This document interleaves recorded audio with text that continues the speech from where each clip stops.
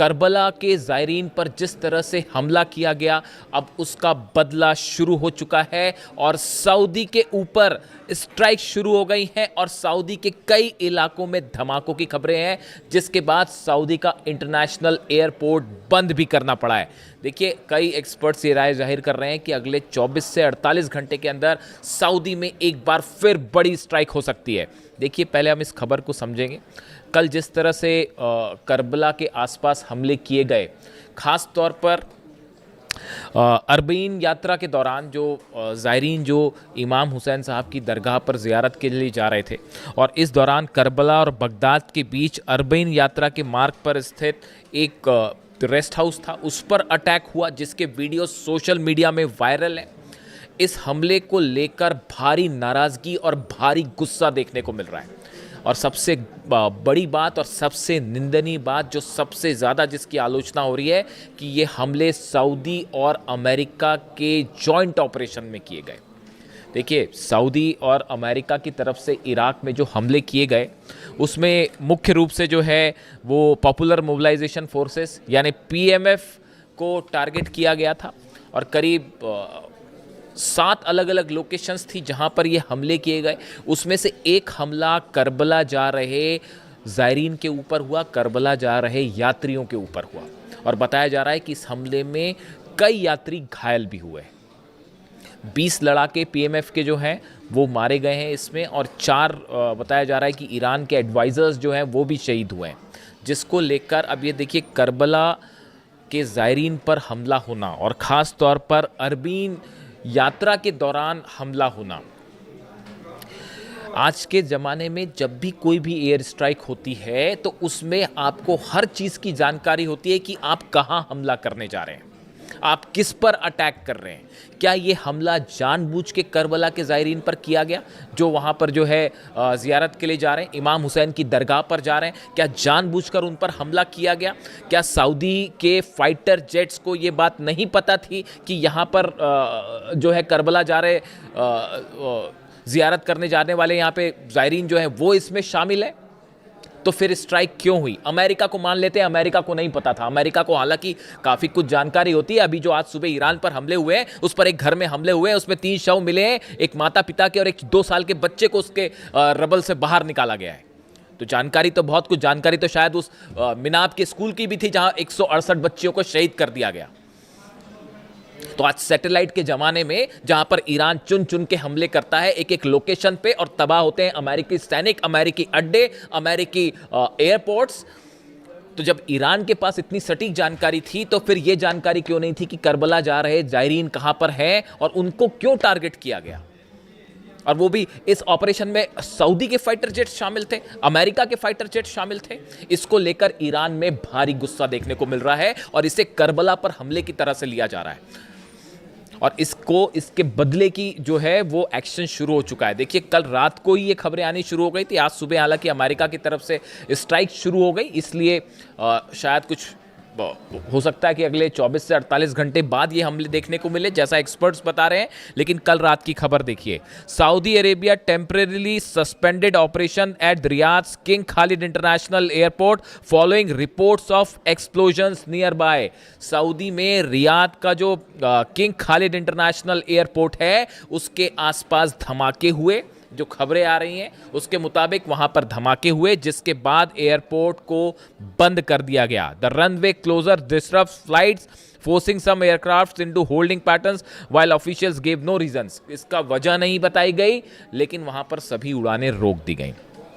The temporary restrictions came amid unconfirmed reports of several explosions near Riyadh। मैं आपको छपी हुई खबरें पढ़ के बता रहा हूँ, यानी कोई अब उसमें से कितनी चीज़ें सही हैं। देखिए, अरब देशों में जो भी हमले हो रहे हैं उसके मीडिया कवरेज पर बैन कर दिया जाता है कि ये तस्वीरें बाहर ना जाएं। अब तो सेंटकॉम ने भी ये बता दिया है कि जो जॉर्डन में ईरान मारता है चुन चुन के, उनकी तस्वीरें ना जाहिर की जाएं। कितने सैनिक मरे हैं अभी तो यही पता नहीं चल रहा। अमेरिका में इस बात का हंगामा मचा हुआ है कि आपने कैजुअलिटी जो हुई है उसकी सच आंकड़े आप नहीं बता रहे हैं, कितना नुकसान हुआ है उसके सच आंकड़े नहीं बता रहे हैं। चाइना खुद कह रहा है कि पता नहीं कितना नुकसान हो गया अमेरिका का। 16-17 बेस जलने का मतलब आप समझ रहे हो कितना नुकसान हुआ होगा अमेरिका का। तो वही हाल अब सऊदी का है और ये कहा जा रहे हैं कि आंकड़े बाहर नहीं आ रहे हैं। और एयरपोर्ट पर जब आप संचालन रोक देते हैं तो बड़ी साधारण सी बात है, देखिए ड्रोन स्ट्राइक्स, मिसाइल स्ट्राइक्स ये लगातार सऊदी में हो रही हैं। ऑयल रिफाइनरी का क्या हाल है, उसमें आग अब तक नहीं बुझ पाई है। यानबू की जो पाइपलाइन है वो तबाह कर दी गई है। जितने सऊदी के आप सैटेलाइट इमेजेस देखिए, सऊदी के जितने पोर्ट हैं सबसे जहाज गायब है। पूरी तरह से सऊदी का ऑयल बिजनेस ठप पड़ा हुआ है। बाब अल मंदेब बंद है, हॉर्मूज बंद है। इसका बड़ा नुकसान यूएई को भी होगा और सऊदी को भी होगा। और इन हालात में बीच में ये जो करबला के ज़ायरीन पर हमला हुआ, इसने आग में घी का काम कर दिया है। अभी तक ये मामला हूती और सऊदी के बीच चल रहा था। देखिए ये हमले की शुरुआत कैसे हुई। ईरान का एक प्लेन जो कि सना इंटरनेशनल एयरपोर्ट पर उतर रहा था, उस पर ये बोल के हमले किए गए कि उस पर हथियार है। ये प्रोवोकेशन था। जो एक्सपर्ट्स बताते हैं ये डोनाल्ड ट्रंप और अमेरिका की सलाह पर सऊदी की तरफ से हमले किए गए थे हूतीस पर।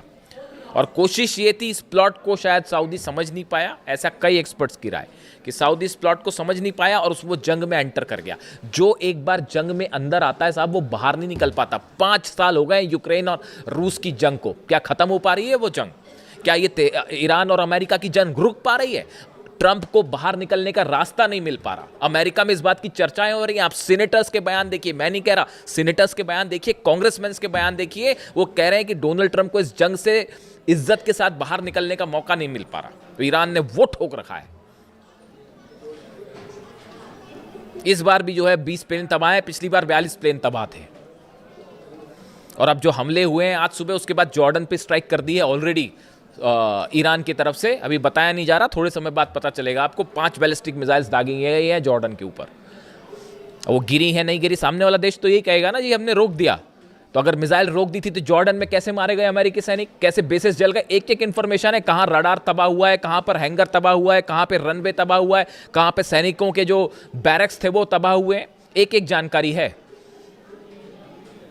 तो ऐसे में अब ये सऊदी जो है, ऐसा अंदेशा है कि इस करबला पर जो इराक में जो नजफ़ और करबला के बीच जो ज़ायरीन पर हमला हुआ है, इसको करबला के हमले के रूप में देखा जा रहा है। इसको लेकर भयानक गुस्सा है। जो 4 आरजीसी के सैनिक इसमें शहीद होने की खबर है, एडवाइजर्स थे बेसिकली वो, उसको लेकर भी ईरान बदला लेगा, इसमें कोई शक नहीं होना चाहिए किसी को।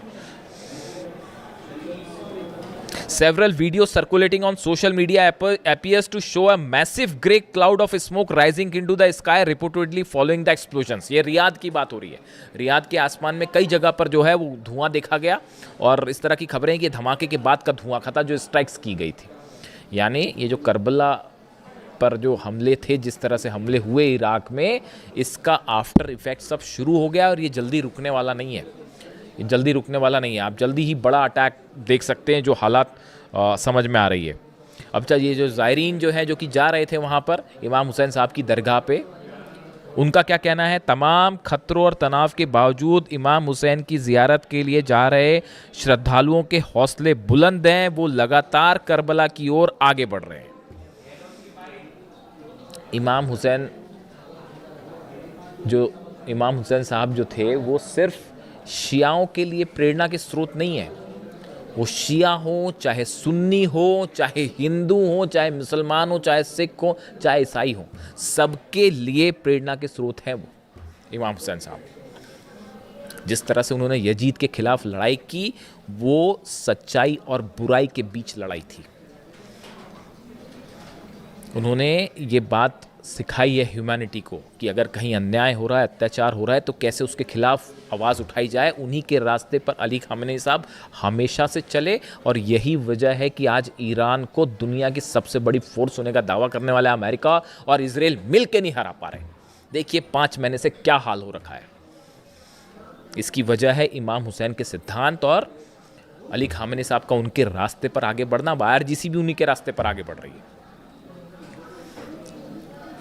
आप तकनीक ले आइए बड़ी सारी हमला करने की, ये मिसाइल वो मिसाइल, ये जहाज वो जहाज और ये सैटेलाइट सब ले आइए, लड़ने का हौसला कहाँ से ले आओगे आप? तो ये जो हमला हो गया है साहब, ये असल में बड़ी मिस्टेक हो गई है। ये जो करबला के ज़ायरीन पर हमला, इसके बाद जो है ये बड़ा ही एक, और ख़ास तौर पर सऊदी की तरफ से स्ट्राइक का इसमें शामिल होना। अगर अमेरिका की तरफ से हमले हुए होते तो शायद उसका परसेप्शन अलग जाता कि यार अमेरिका तो खैर हमले कर ही रहा है। जब 168 बच्चियों पर हमला हो सकता है, केशम आइलैंड में आज बच्चे बच्चा मरा एक छोटा सा 2 साल का, वो घर पे हमला हो गया। क्या था वहाँ, पता नहीं कौन सा वहाँ पे स्ट्रैटेजिक लोकेशन थी, मुझे तो समझ नहीं आता। आप फाइटर F-35 जेट को ये समझ में नहीं आ रहा है कि कहाँ हमले करना है, नहीं करना है। गजब हाल है भाई। तो अब ऐसे हालात में जो ये है इसका देखिए, सऊदी ऑलरेडी हूती के निशाने पर है, बाबल मंदेब बंद है, हॉर्मुज बंद है।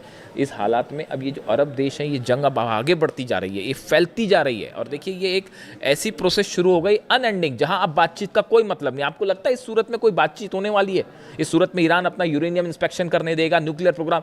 डोनाल्ड ट्रंप की विदेश नीति पूरी तरह से फेल हो चुकी है ईरान के मामले में। तमाम एक्सपर्ट्स की ये राय है, वॉर स्ट्रेटेजी फेल हो चुकी है। अब यहाँ से आगे क्या होगा बताओ, आप क्या किया जाए यहाँ से आगे? आप हमला करेंगे, फिर ये हमला करेंगे, फिर वो हमला करेंगे, फिर ये हमला करेंगे।